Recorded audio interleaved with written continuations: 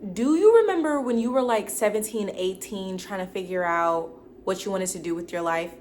And everybody in your class, it seemed like they knew what they wanted to do. They knew what school they were going to go to, and they seemed like they had it all figured out, and you were just left there, just stuck.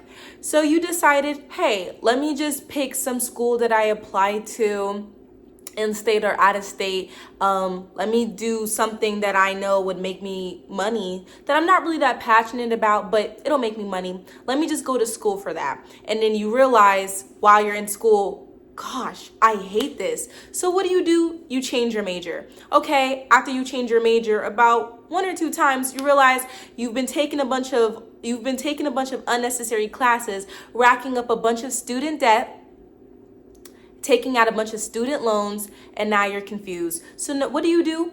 You leave. You drop out. And you move back in with your parents. And then you're stuck there wondering, okay, I guess I'll just work. And then you just work. And just work. And just work. And just work. Let me tell you why that is and why that happened. Starting senior year, you are about 17 or 18. In the senior year, when you're going to graduate, you are between the ages of 17 to 19, right? Depending on when your birthday falls, depending on extra classes that you had to take, depending on that, you are the ages between 17 and 19, right?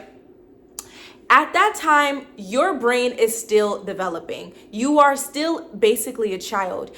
The world treats you as this young adult who can't even buy alcohol yet they want you to make decisions.